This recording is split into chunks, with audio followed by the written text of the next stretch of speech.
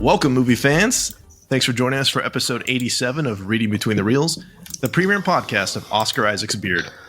If you're a new listener, we're so glad you found us. And if you've been enjoying the show, please tell us something about us. Post on X or Facebook, write a review on your favorite podcast catcher, or just recommend the show to a friend. I'm Craig Dickinson, and I'm joined as always by my co-hosts Corey Heitschmidt and Justin Ilden. What's up, fellas? How are we doing tonight? We're good, except I hate sand. It gets coarse, it's irritating, and it gets everywhere. Justin. I'm also good. I didn't plan anything clever this time. Sorry. Yeah. Well, that was like two Star Wars references, kind of. We're not already doing Star Wars tonight, though. We're doing Star Wars. We're doing the movie adaptation of the book that is an inspiration for much of Star Wars. We're doing Denis Villeneuve's Dune from 2021 tonight. Poe Dameron is in this movie. Well, yeah. So is Thanos and Aquaman, and I got them all. Oh, you wait till you hear my take on this. If Lord of the Rings and Star Wars had a baby, it would be Dune. That's right. That's interesting. Yeah. But there'd be some questionable parentage with Game of Thrones. They'd have to go on Jerry Springer and really do like the DNA test. Oh, we're going there. Okay. Yep. Yeah. It is interesting that we did Lord of the Rings last time, and now we're doing Dune, which is very similar in a lot of respects. But yeah, let's go ahead and we'll jump in with our overall thoughts. Justin, I'm going to start with you. Overall thoughts on Dune. Can I go after Corey, actually? Can I, please? You want to save that? Yeah, Corey, yeah, you I go will. ahead. Yeah. All right. Listen, let's start with the bad, because Justin, I bet you love this movie. What does that mean? Well, I don't know. Bet you loved this movie. I bet you love this movie. Listen, I'm confused about what is going on, and I would love to see the max statistics about how many times this movie has been started and not finished, or skipped ahead like 20 minutes at a time to the next part, to the next part, to the next part. It is a slow build. Now, I will say they caught me at the end to go, okay, I will watch the second one. But it was a very slow build to get to a payoff. I felt like exactly like Force Awakens, where Rey finds Luke and he doesn't say anything at the end. It's like, oh my gosh, here's Rey. That's Zendaya. Zendaya is the Luke Skywalker. You know she's coming the whole movie, and at the end you see her right there, and then that's it. And then, I know she's going to have some big pivotal role in the next one. So here's my take on this movie. I think the guy from Avengers, who's still under Loki's spell, sends his nephew, Drax, from the Guardians of the Galaxy, as a bad guy to fight Willy Wonka, who's going to be Neo from The Matrix, and who's the son of Poe from Star Wars. What is happening? And is trained by Thanos to fight an impossible mission with Ilsa Faust from Mission Impossible, who prepares him as his mother to go on a planet with graboids from Tremors, where Aquaman is a soldier and gets killed off. Sorry for that spoiler if you hadn't seen it. And Mary Jane is going to be the future love leader, or love interest of he's going to have, is the leader of a resistance group, along with Captain Salazar from Pirates of the Caribbean. And the whole movie is going to culminate with a Top Gun flying through valley scene where they have to crash. They end up crashing because it's not the Thopter, it's the pilot. I mean, I'm just saying that's where my mind was for this whole movie. All of the star power is unmatched. They have got everybody in here. But I spent my movie time like, wait, okay, what did I see this person in? What did I see person in? What did I see this person in? Because it's the typical meme where we were watching it and someone's always over on the side looking and explaining where all these characters are from in other movies. That's what I felt like I was doing. And it's not a terrible movie. It's just not my cup of tea. It was very slow. But I can tell as a two-parter, this is not a movie. This is like the first part of a epic tale. Mm-hmm. And Lord of the Rings has paid off. Star Wars has paid off. Back to the Future movies paid off. So I feel like I'm going to give it the benefit of the doubt. I'm going to wait for the second one and see if they give me a payoff at the end. That's my take. Okay. Justin. Okay, Corey, I think you need to stop watching movies and go touch some grass or something, because you made me go first. You're in too deep, my man. No. I really enjoy this movie. In prepping for this movie, I was actually surprised with how many people had a similar opinion. I went back and watched a lot of reviews from people around the time this movie came out. About a year ago? Is that when that came out? This was 21. Oh my goodness! What I know happened to time? Yeah. Geez, you're right. 2021. Weird. No, a lot of people kind of felt the same way, Corey. About they weren't sure. It was kind of a slow burn, and I know a lot of people were waiting. They're like, I can't fully judge this film because it's essentially a prologue to the second half. But it's definitely not a standalone film. It leaves you hanging more so than I remember the first time I watched Fellowship of the Rings. I felt Fellowship of the Ring singular. I felt kind of shafted because it ended so abruptly. This one is more so that. But overall, I thought the film was gorgeous. The character development was fantastic. I think everyone except for maybe Duncan Idaho was cast really well. Duncan Idaho, Idaho Dunk, whatever his name was. I was a little iffy on that casting. I could be talked into it, but it just didn't. Jason Momoa just plays Jason Momoa all the time, and I don't know if that's a Jason Momoa role. He didn't have a beard. He didn't have a beard. You're right. He is quite versatile in that he can shave and then grow it back. No, I thought it was absolutely fantastic, and it kind of makes me happy in a world of MCU and DCEU. It's like, okay, we can still make epic movies. We can still make fantastic movies. And Craig pointed out, I don't pay attention to directors and things like that as much as Craig does. Pointed out same director as Blade Runner 2049, which I love that film. And I'm realizing I love these films for the same reason. It's the epic scale and world building. Everything is so large, like your mother. And it's great. I love it. Like your mother. Wow.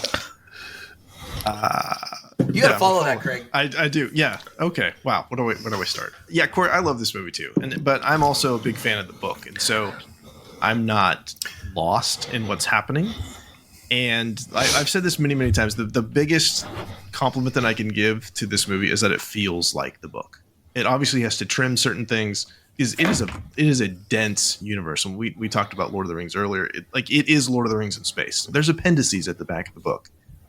But I think they trim some things that you can get away with, but still they're doing some heavy lifting on the world building. And I felt like, yeah, this is how it felt when I read the book. And then finding out this time that Kevin J. Anderson, who co-wrote and kind of finished the original story and also wrote some prequels with Frank Herbert's son, was a special consultant on this movie. So that makes sense. They've got essentially a Dune expert working on the film. But I think this is science fiction at its intellectual and philosophical best. This is not an action movie. It is a slow burn sci-fi, makes you think, and I like that stuff. I like getting into the weeds a little bit with that. And as Justin said, if you like Blade Runner 2049, this is absolutely in that same vein. Not just Denis Villeneuve, but a ton of crew worked on both movies. It looks similar in some regard. You have Hans Zimmer's score as well, so it feels that way too. Yeah, Zimmer. But this film won Oscars for best score. Speaking of Zimmer, best sound, best cinematography. Some things we're going to pull out: best production design, best film editing, best visual effects, and was also nominated for best picture, best adapted screenplay, best costume design, best makeup and hairstyling. So, yeah, they clearly spent. You can see the money on screen. It's less than $200 million in production budget. I don't know how they get away with that, because this is, I think, just a gorgeous, really, really well-made film. I'm going to say that. I'm going to say that about this because, one, I will say, first off, my wife, for her overall thoughts, she said any movie where you kill off Jason Momoa is a terrible movie. So that's what she said. Okay, right? Well, quick spoiler. He's coming back. Whoa! Craig, you got her in for the sequel. Not in Dune Part 2. He's not in Dune Part 2. What the heck? How many parts is there to Dune? Well, there's 7 books of the mainline Oh, I thought this was a Saga. 1 and 2 parter.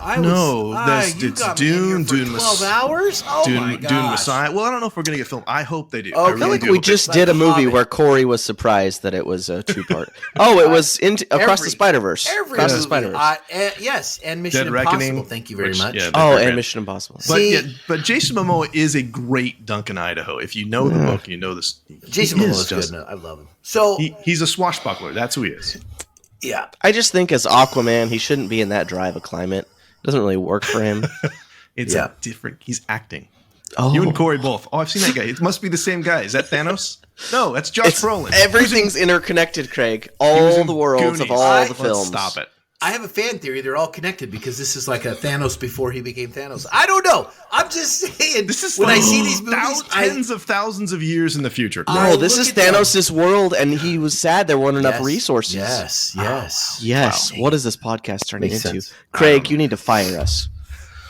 Hey, I got a tell better you. idea. Let's talk about the cinematography for which Okay. they won a best Hey, best so- best cinematography Oscar. I'm going to start with this one because here's why. Yeah. Craig, like Justin said, you are a genius. You I don't know about that. you are the I didn't Rain say Man that. of movies. I'm not Don't- kidding. Don't put those words in my mouth. Yes. No. Every director, every cinematographer, every music composer, everything. Like if they want to get credit, they need to come on this podcast. That's the kind of thing because Craig will be like, I They know need us, exactly right? your entire resume, everything. I wouldn't know him from a lineup. Now, not knowing that, I watched this and in my notes here, I wrote, this movie feels like Blade Runner in the feel, the music, the grit, and the scenes. I had no idea that the director was the Blade Runner 2049 director. So in my sense, it's kind of one of those things where you see a style from a director carries across into the next movie they do, the next project, that they have these styles. You know, Zack Snyder does it. He's the template for everything. But like these guys who do Blade Runner and all these other things, they have this style that carries through and it's recognizable for people who know them like you do. So, I mean, it is the composition is a great movie. The CGI on this movie holds up incredible. Absolutely. You could not tell me that this movie had CGI in it with how good it was. I mean, it was just amazing.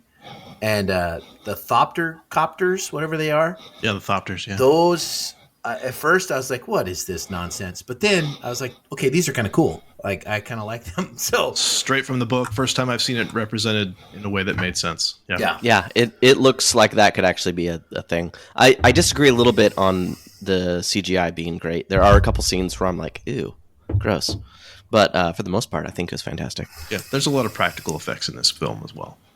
some of that has to have been models. I can't I can't see how they could blend that in so well to make it look. It's movie magic, Corey. That's what I'm saying. That's what I'm saying. That's why I think the composition and the camera work in this movie is amazing to do that. But before we go too much farther, I do want to call out the fact that yes, the Denis Villeneuve did do both 2049 and this, but Roger Deakins did the cinematography on 2049, and Greg Fraser did the cinematography on this film, who also did Zero Dark 30. There's at least one shot that reminded me so much of that. Did Rogue One, did the Batman, which was nominated for, and The Creator is in addition to this. So, and several others with the Mandalorian. I can see some Rogue One in here. Yes. Yeah. He's definitely got a style. So, Yeah. are there specific instances that you want to pull out, Corey, before we move to Yes. Justin? Or? Yeah. There's one scene that I think they set up really well. There's a ton of great camera angles that I think go on in here. The one thing that stood out to me, because I try and pay attention to that now after working with Craig all these times, is when he does he's in the room. It's like a giant library type room with Bene Gesserit lady, the old lady. Yeah. The Reverend Mother, yeah. When she's sitting, the camera is mounted from her eye level. Did anybody else know that?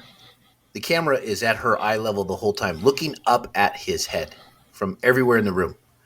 But then when she stands, the camera is no longer at that level. It's at her eye level. It's almost as if it stayed at her eye level for that whole scene, which I thought was kind of an interesting thing. I don't know whether that was on purpose, intentional, or maybe I'm making something out of it.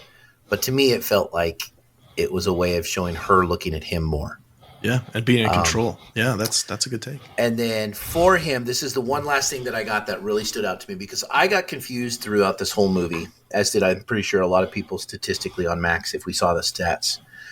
I got confused about all these visions and everything he was having and what he was supposed to do.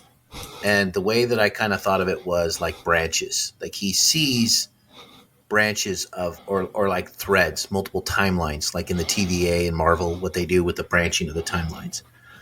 Now, the one shot that I thought was a payoff for that was there's a scene where he's looking at, and I don't even know what it is, but there's all these threads he's looking through, right? And I can't even remember the scene, but it was like this. I should show you guys that picture. That's where he was doing like the learning. He was like studying about the planet. Yeah. And as he's doing that, he sees all these branches and all these threads. And I felt like that's kind of like him. He sees things that could be, can be, he has to make a choice. It's like branches of timelines that he's trying to sort between to figure out what he's going to do. And I thought, okay, that's kind of an intriguing way of saying this guy is choosing what path he's going to do. So, stood out to me. That's interesting. So as someone who didn't read the book, you completely picked up on the fact that he is being faced with a choice of how to essentially, he has multiple paths. Yeah. That's the golden path is a thing that we'll get into the books later where his son tries to follow. So yeah, that's because I haven't read the books. Yeah. I never watched the old movie. My brother, don't bother you. Shout out to him. He's read these books multiple times, watched the movie, Kyle MacLachlan, everything. And knows this backwards and forwards, I never got into it. But so watching that, I had to see if I could make sense of it. Justin. We're on cinematography, yes? Yes. Okay. So I don't think Corey I feel like this is probably a lot of the slow part. A lot of the other reviewers I watched said that, you could have tightened up on the editing, you could have reduce the runtime or maybe given it a more good conclusion by tightening up on the editing. But I think the cinematography and like the amount of time they spend just like sweeping over the desert and just showing how there is nothing there. Like there is nothing on that planet, and just how like it really lends to what a difficult position House Atreides is in. Like you have the Fremen, you have the Harkonnen House, House Harkonnen. Yeah. Like against you, you have the desert. Just everything. Everything is working against you. You are 100% set up to fail, and they felt so trapped. And like you could see the stress that the Duke, Oscar Isaacs, is in. Like. All of that slow build and that slow burn like adds to the suspense and the stress of that entire situation. And I think it's beautiful in like a very hopeless way, and a very, I don't know, like beautiful yet ugly at the same time, because just there's just nothing there. And the same thing with their home planet. Like you kind of get a sense for the beauty of the home planet. You get a sense that it's very green and it's very moist and wet, and there's oceans and things like that, and you're going from that to nothing, and that must have been just such a environmental shock for them. But you couldn't get that from anything less than, I don't know, 20-30 minutes of sweeping landscapes all throughout. I thought it was fantastic. But then he didn't seem to be struggled by that, which I agree with you. I absolutely agree with you, because I kind of thought, wouldn't there have been a contrast from the planet he was from to the planet here? And they're like, oh, you shouldn't be out in this heat. He's walking while a guy's watering the palm trees, and he's just walking out like, hey, it's no big deal. I'm okay. I mean, I think some of it is implied. That's the chosen one. Some of it is implied, and then I think the other part is you see a lot of that when Paul and Lady Jessica are kind of abandoned in the desert, and he's a little bit more trained, and he's able to like set up the tent, and he's able to survive out there, where she doesn't really seem to know what's going on. Like he totally takes point in leading her and like helping her survive.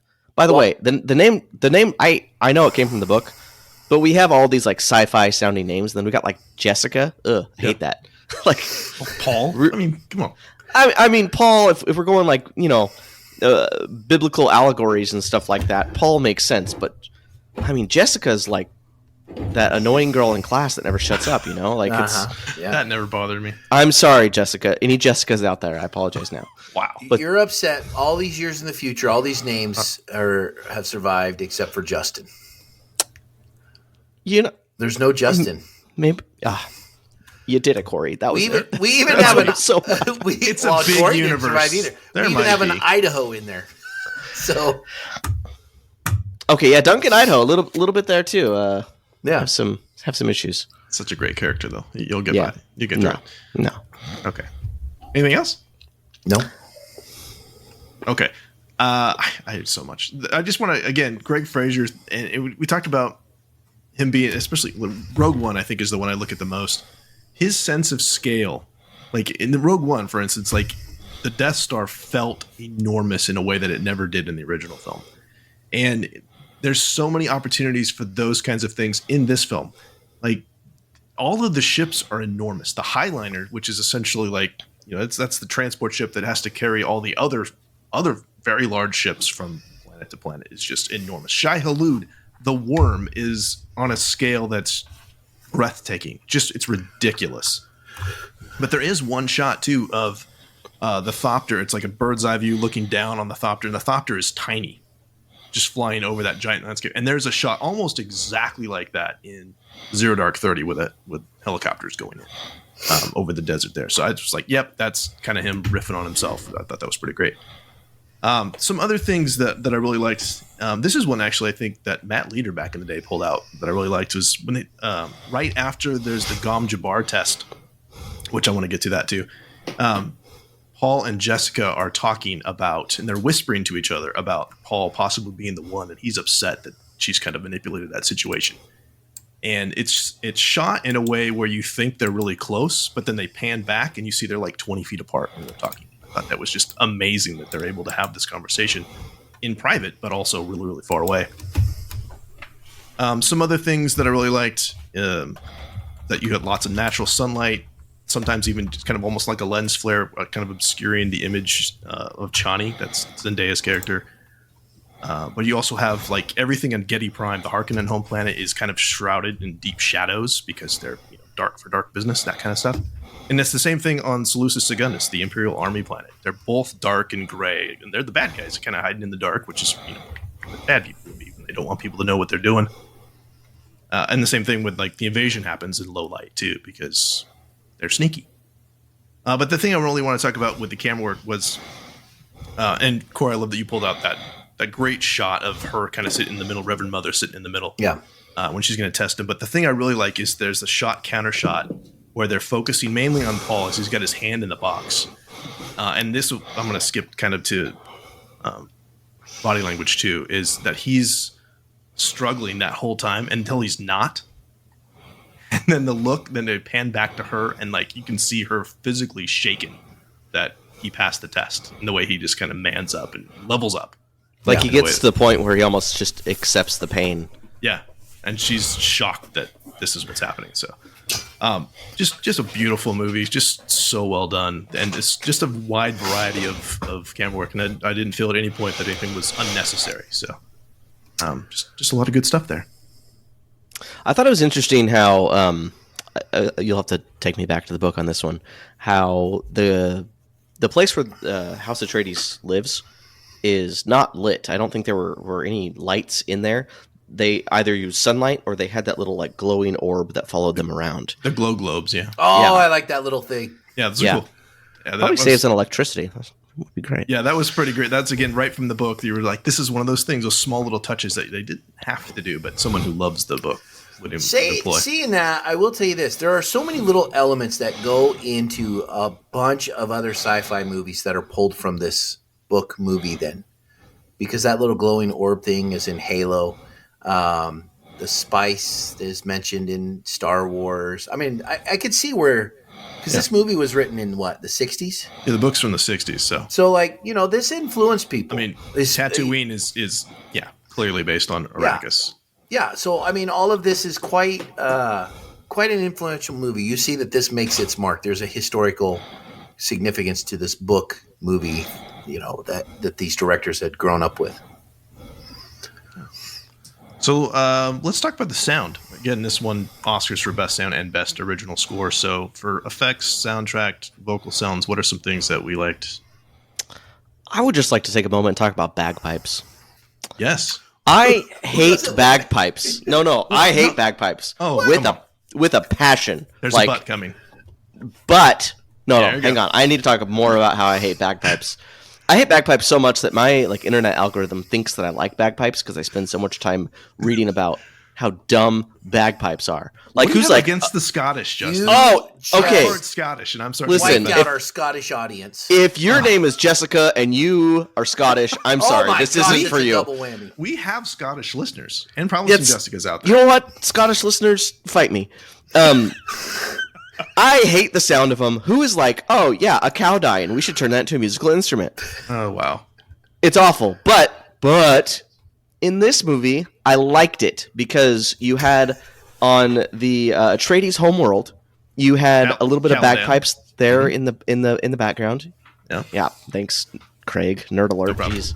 Just Caliban. Sorry. You had the nerd. bagpipes in the background, and then as soon as they step on to their new planet, first guys that walk out are these bagpipe players, and they're like, "Boom, we're bringing our culture with us." So in that sense, it sounded awful. It was, again, cows dying, but I liked that it reinforced that they are bringing part of themselves with them. They may have left their home planet, but they're bringing the culture. 10,000 years in the future, and bagpipes are the only instrument that survive. Well, it's more than 10,000 years. It's 10,000 dated from something else. But yeah. Listen, we lost the name 20,000. Justin, but we kept bagpipes. So what is the point? There you go. There's just we can get into the weeds pretty deep on the culture in Dune. There's no computers, Yeah. That's a whole thing. Corey, any sound stuff that you wanted to pull out? I did notice there's always this music in the background at first, and then there were a lot of points where it got silent and there was no music in the background. I thought it kind of definitely pulled out a little more seriousness in situations.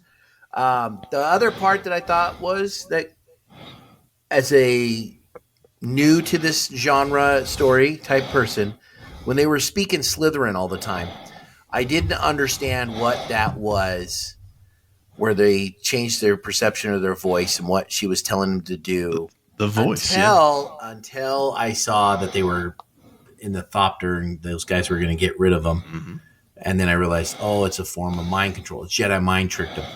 Yeah. They Jedi mind tricked them by speaking Slytherin. A lot of people don't know that, but that's very good. It's very good. Corey, they set that up in that first scene with Paul and Jessica at the table. That was the payoff, Craig. But in the first scene, I thought, what the heck? Use the voice. Yeah. And his eyes, how he locked eyes, and okay, I could tell he's serious here. Yeah. And then I thought it was just about a power and a dominance, not mind control Jedi mind trick. So, they're just using the teacher voice. They're like, oh my goodness, I better pass this to you. Kinda. Okay. This used to be such an intellectual deep dive type of podcast. No, and now we're talking about Slytherin and Jedi mind. Still is. Listen, I'm speaking for the common man. That's He's who a I'm Dune speaking newbie. up for. That's true. He's the layperson. Okay. I'm the layperson coming in here with no foresight into this movie. Hey, how does that? I'm always the odd man out on these movies, but it's you this time, Corey. It feels good up here on my high horse. It's very unsettling. It is. The weather's nice up here. Yeah. It's a little dry. It is. That was really lame. Okay.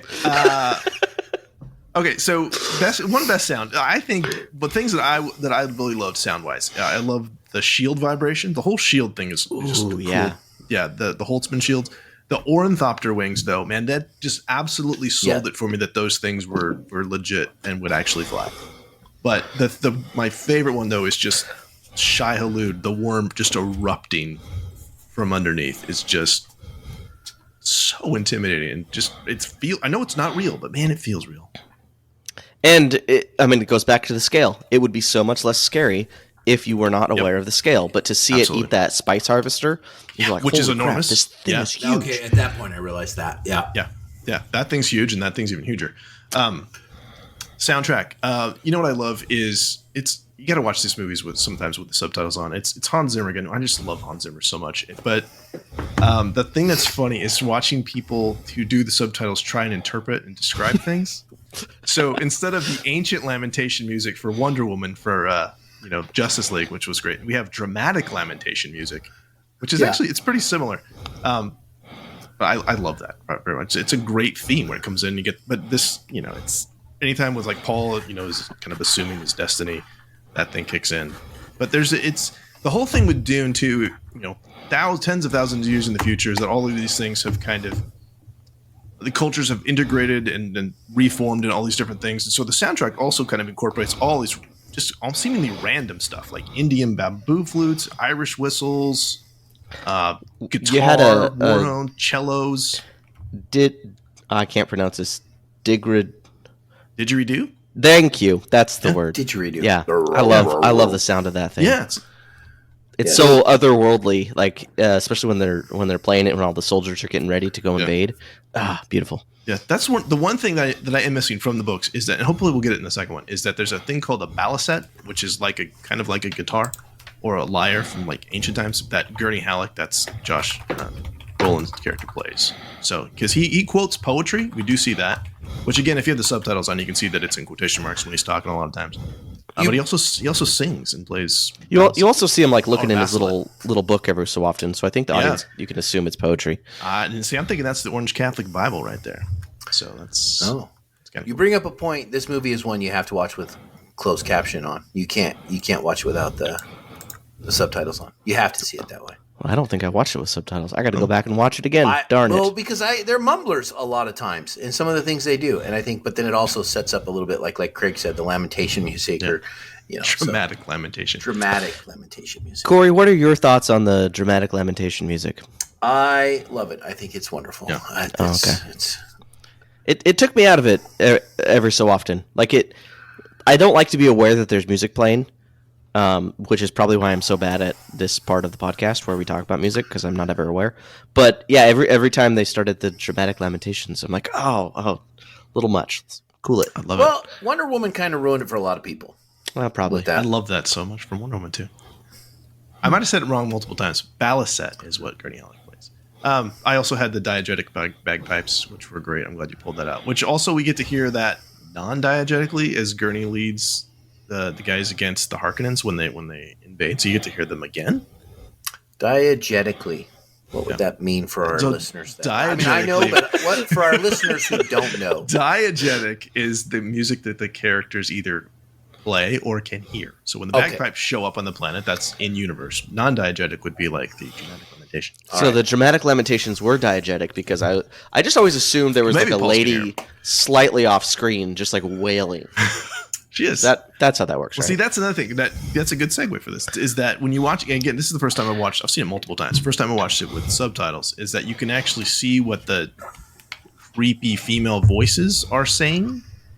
Mm-hmm. Oftentimes when Paul's just there. And one of the big theories is that those are possibly Paul's Bene Gesserit ancestors, which makes sense because in the lore you can ultimately tap into the stored memories of your ancestors, so much so that you can have a conversation with them, like Rey Skywalker when she has all the Jedi. Well, he literally is all the Bene Gesserit.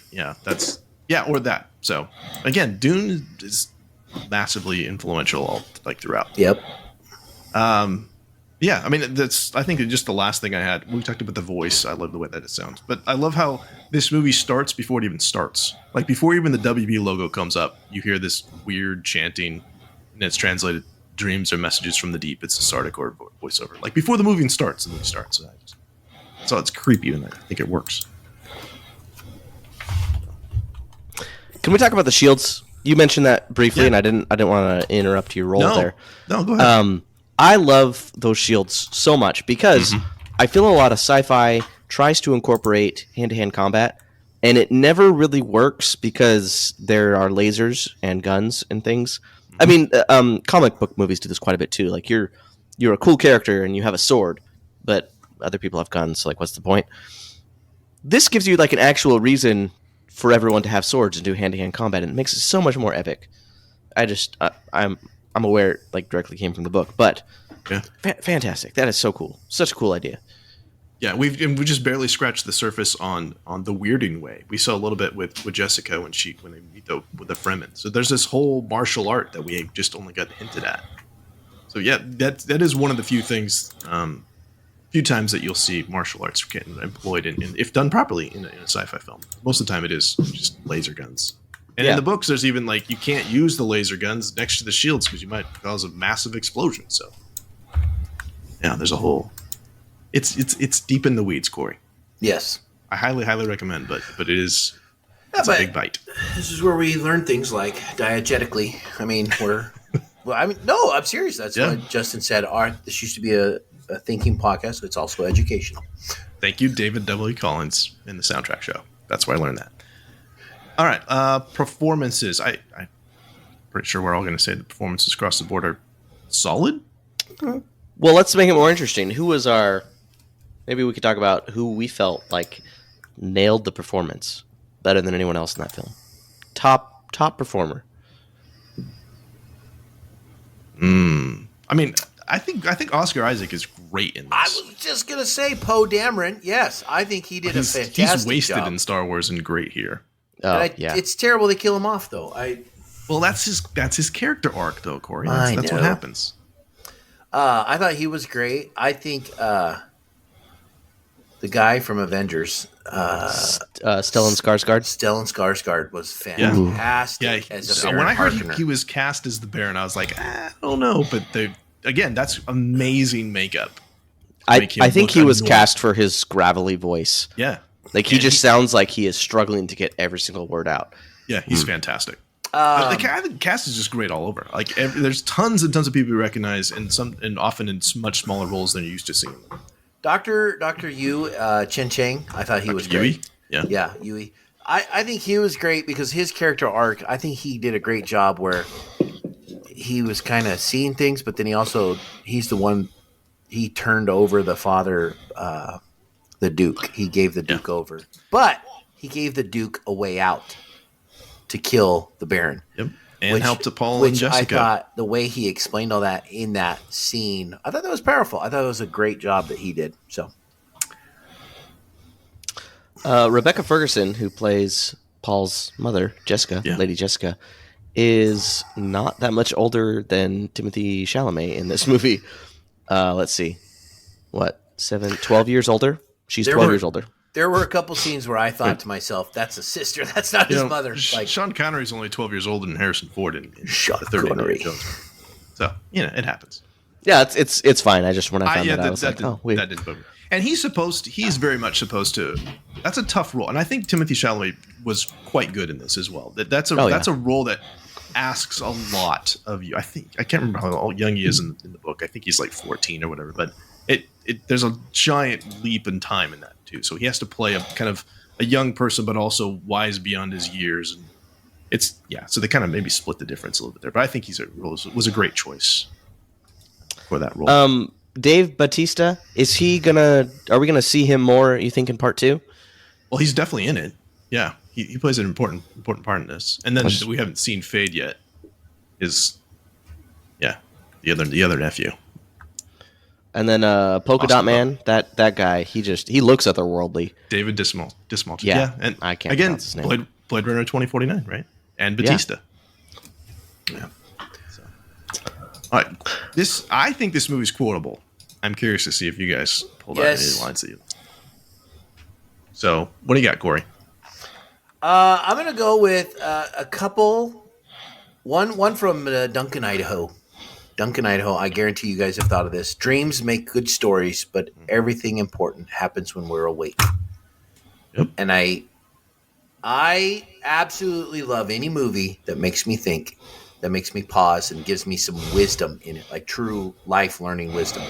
I think that quote is an absolute game landing. Great. I love it. It's fantastic. It's a thinking quote, and it's a great way to say it. I mean, dreams do make good stories, but man, everything that's important happens when you're awake. So you got to make those choices. And so it's good. I'm not the biggest fan of this movie. It's an okay movie for me, but that quote is great. I really enjoyed that scene when Lady Jessica was freaking out that Paul was in the middle of the test, and she was like continued to like chant to herself like, "I must not fear. Fear is the mind killer." Yes. I thought that scene. It's a pretty good point, but it's also it led to her character quite a bit because it was able to show that I believe in this religion or witchcraft or whatever you want to call that. I believe in that firmly, but also she has a great love for her son, and she's like afraid for the life of her son.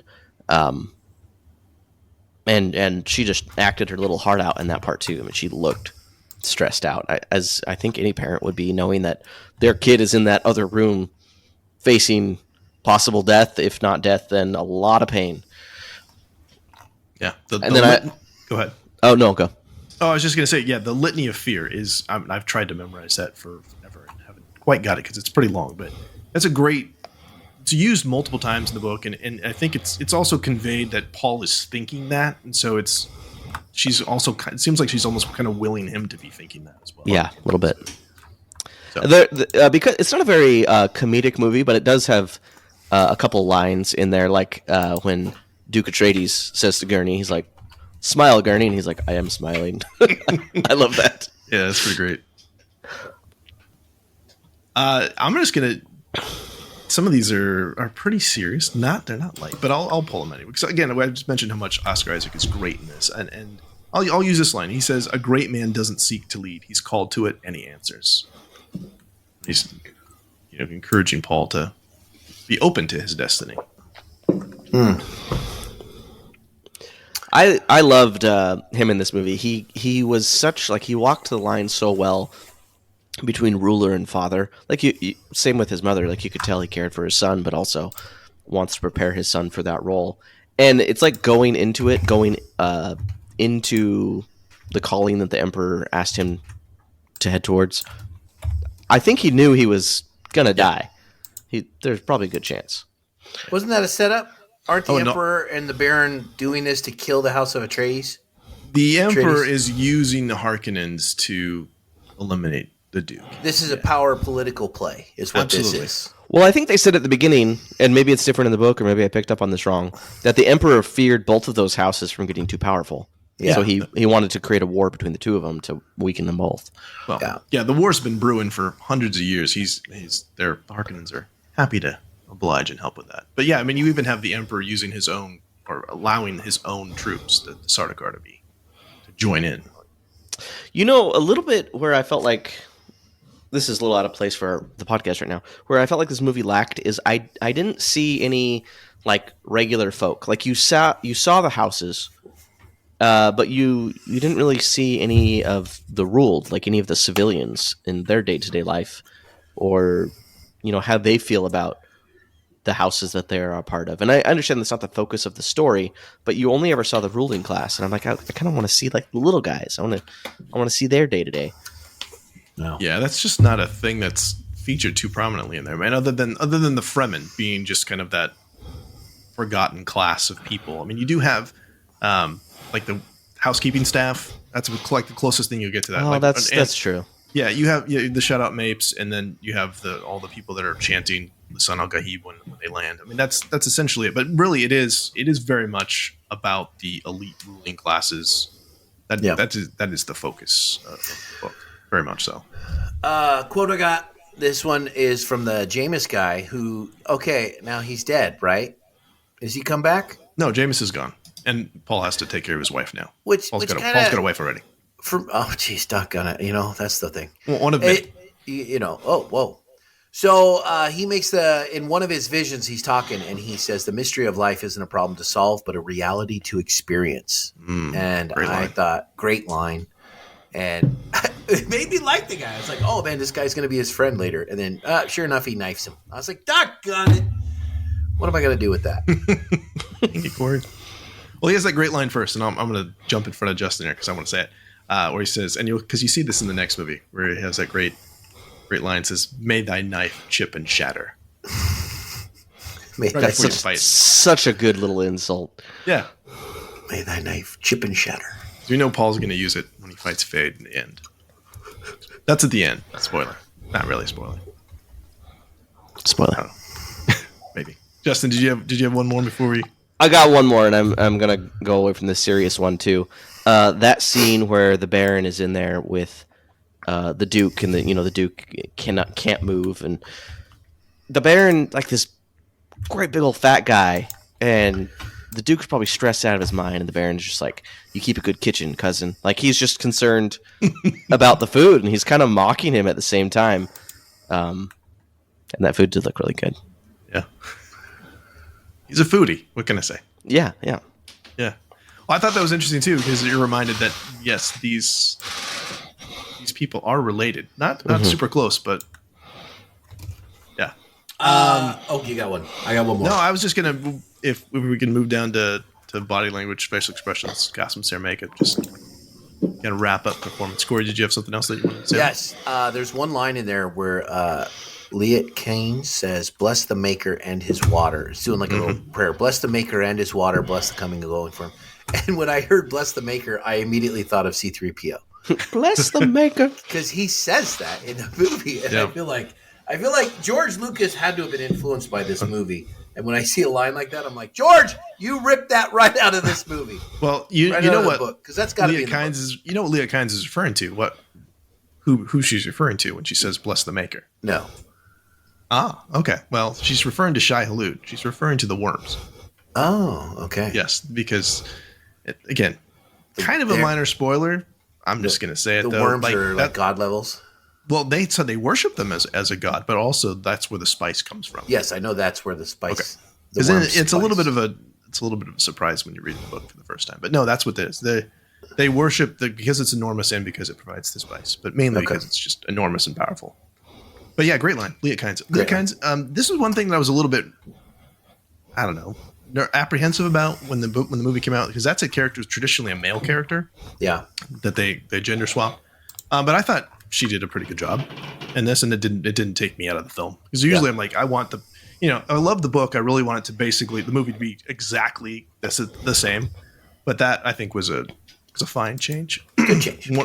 One of my favorite body language things is actually hers, where when she takes him out to go look at the spice harvester, and where Leto says just abandon the spice. She has this look. She turns all the way around in her chair, and you can just see that she is completely shocked. I think it's one of the very first times where she's like, "These guys are different than the Harkonnens. This is a man of honor. He cared about people more than he did about the wealth." So I thought that was it was such a dramatic turnaround. I thought that was kind of interesting. Some other things I noticed, I don't know if I quite paid close enough attention before this, is that at the beginning when the Sardaukar are getting ready to leave, they're getting anointed with blood. I saw the blood, but I didn't see before that there's like sacrifices. They're like bleeding people out. Yeah, that was gruesome.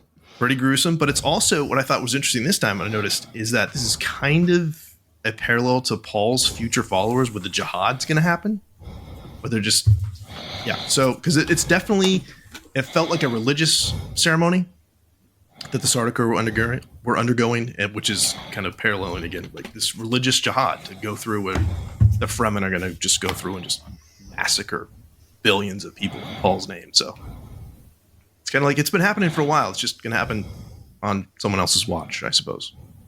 It's bad all around. Let's see, other stuff. The Harkonnens all bald and pale. Thought it was an interesting choice. That's not directly from the book, but I thought it kind of makes sense. I have to mention Oscar Isaac's magnificent beard, because it is pretty wonderful. It is. He wears that so glorious. His beard might be better than Aquaman's beard, I think. It's pretty thick. It's so meticulously kept, too. You know that guy waking up every single morning and make sure every hair is just in place. Yes. Well done, sir. Yeah. So, Corey, as a first-time viewer, what did you think about the still suits? You understand, like, what the whole shields? thing with the still suits that the Fremen wear. Did you catch what those were? Like recirculates the water, those things? Oh, I liked them. Not just the water. The pee. All, they drink the pee, the water. The liquid, yeah. Sorry. Here's why I love that. Because right now we're talking in solar system in 8th grade science, and we're talking about the International Space Station, which filters all the water that is circulating through the space station.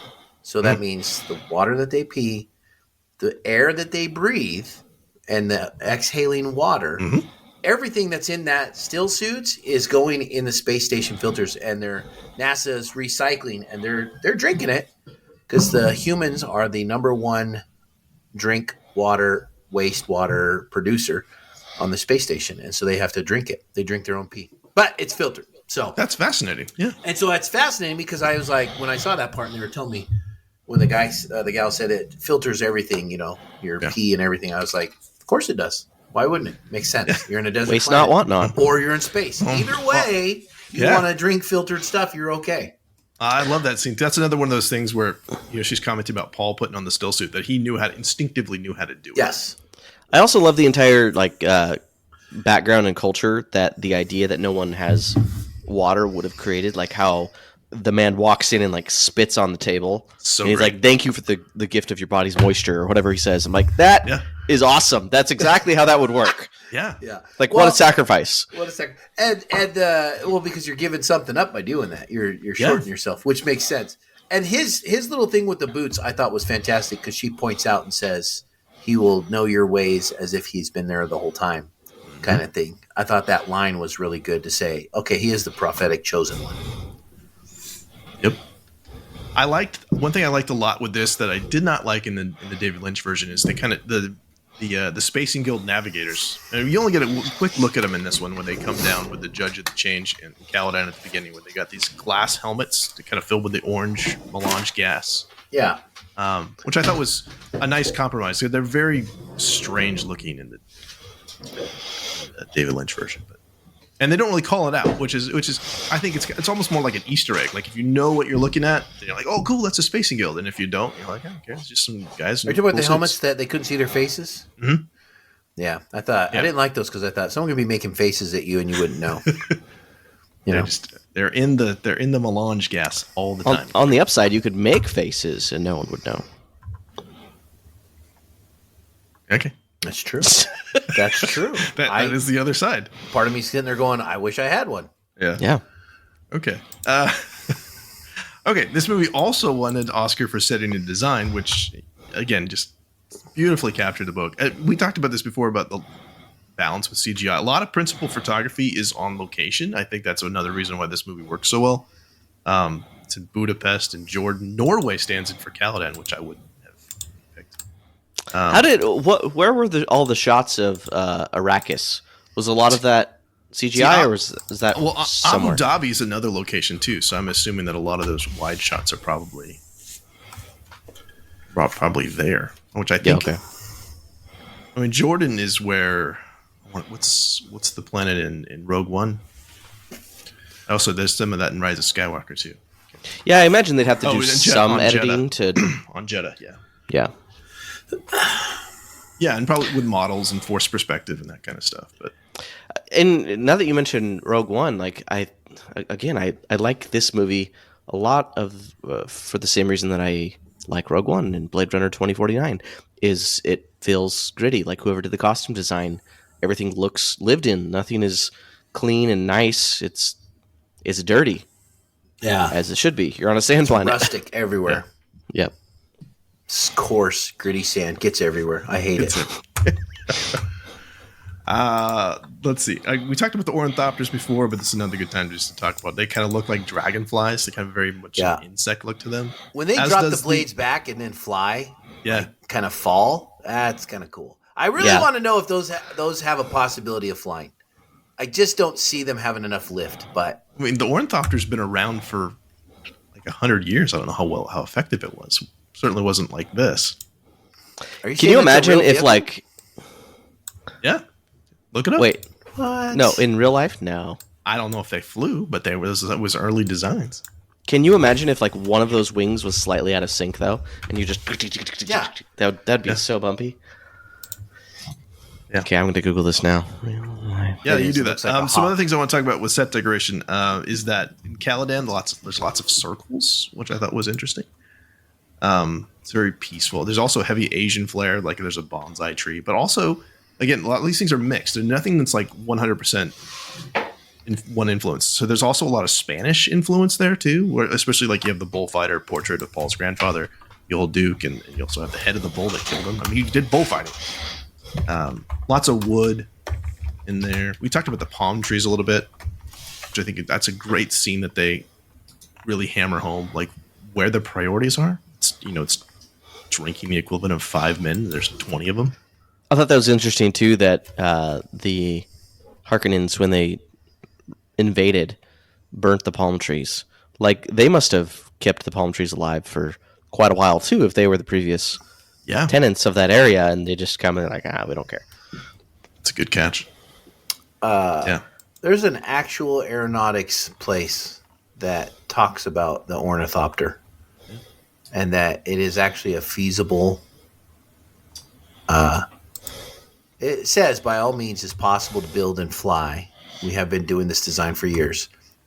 The only problem is to make it match the Dune movie ornithopter. This is currently not possible and will never be attempted. Yeah. So, but the dragon wing design is quite efficient. So that's a little interesting. It's a very, very unique and alien type of thing. Like, very, like I said, just super unique to the Dune universe. Yeah. So that's cool. Like it's recognizable and kind of very much a hallmark that is very cool, like an X-wing in Star Wars. Yeah. X-wing is just synonymous with Star Wars. The ornithopter is synonymous with Dune.